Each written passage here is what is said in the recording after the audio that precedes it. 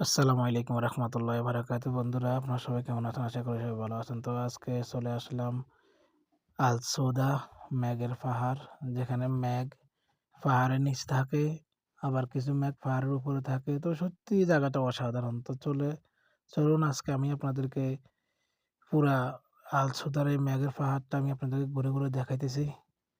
দেখেন, উপভোগ করুন, আমাদের জন্য দোয়া করবেন, আমরা যেন আরো এত সুন্দর সুন্দর জায়গা আপনাদেরকে নিয়ে যেতে পারি। দেখেন, মাশাআল্লাহ, ম্যাগের খণ্ড, পুরা ম্যাগ পাহাড়ের মাঝ বরাবরই বসে আছে।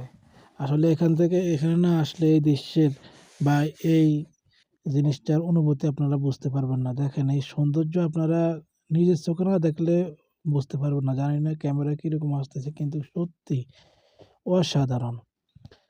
দেখেন, পুরা পাহাড় জুড়ে আসলে ওই পাহাড়ের যে মেঘটা দেখা যাচ্ছে, এটাই আপনার অনেক উপরে। ওইখানে কেবল কার ব্যবহার করা হয়। আসলে জুমার পরে যদি আমরা সময় পাই, তাহলে আমি আপনাদেরকে ওইখানে নিয়ে যাবো ইনশাল্লাহ। আর এই রাস্তাগুলো দেখেন, রাস্তাগুলো কত ভয়ঙ্কর। এই যে গাড়ি যাইতেছে, একেবারে আস্তে আস্তে নামতে হয় ব্রেকে, আর না হয় যদি একটু সামান্য ব্যতিক্রম হয়, তাহলে দুর্ঘটনার সম্ভাবনা আছে। দেখেন, মাশাল্লাহ, এ হলো আনোয়ার ভাই। আর আপনার ম্যাগ আমার পিছনে দেখেন, পাহাড় সত্যি অসাধারণ। আসলে আমি আমার খুশিটা ধরে রাখতে পারতেছি না। এখানে আসার খুব ইচ্ছা ছিল, আল্লাহ তাআলা কবুল করেছে। সুবহানাল্লাহ। আসলে আলহামদুলিল্লাহ, মাশাআল্লাহ, এই জিনিসটা সত্যি অসাধারণ। দেখেন, মাশাআল্লাহ, এই হলো জুয়েল ভাই।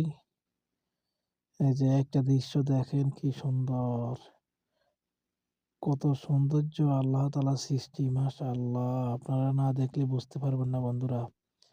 যারা আবার শহরে আছেন, তারা অবশ্যই আল সুদা এখানে ঘুরে যাবেন।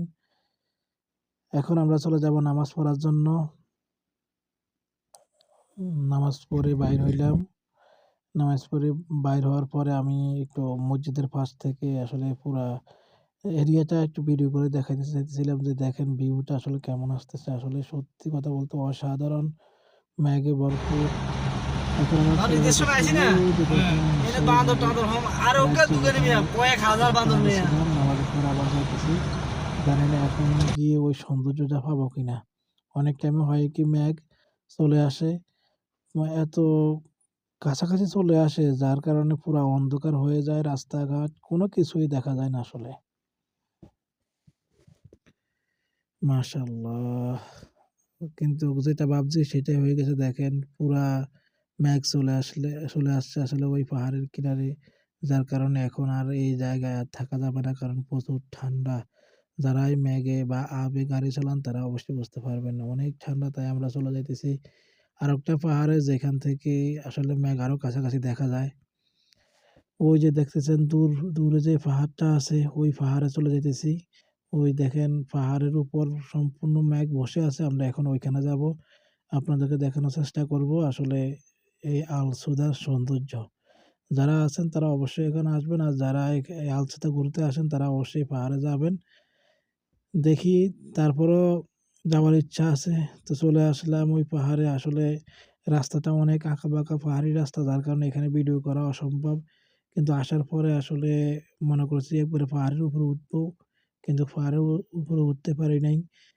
উপরে গাছ ছিল, ওরা বলছিল এখন এগুলা এই উপরে উঠা যায় না, সাফিয়ার টাইমে ওরা এগুলা খুলে দেয়। তো আনোয়ার ভাই, জুয়েল ভাই, মজিবুল হক, সাদিক সবাই মিলে আসলে খুবই একটু আপসেট হয়ে গেলাম। ওঠার খুব ইচ্ছা ছিল। তো আজকে এই পর্যন্তই। সবাই ভালো থাকবেন। আসসালামু আলাইকুম।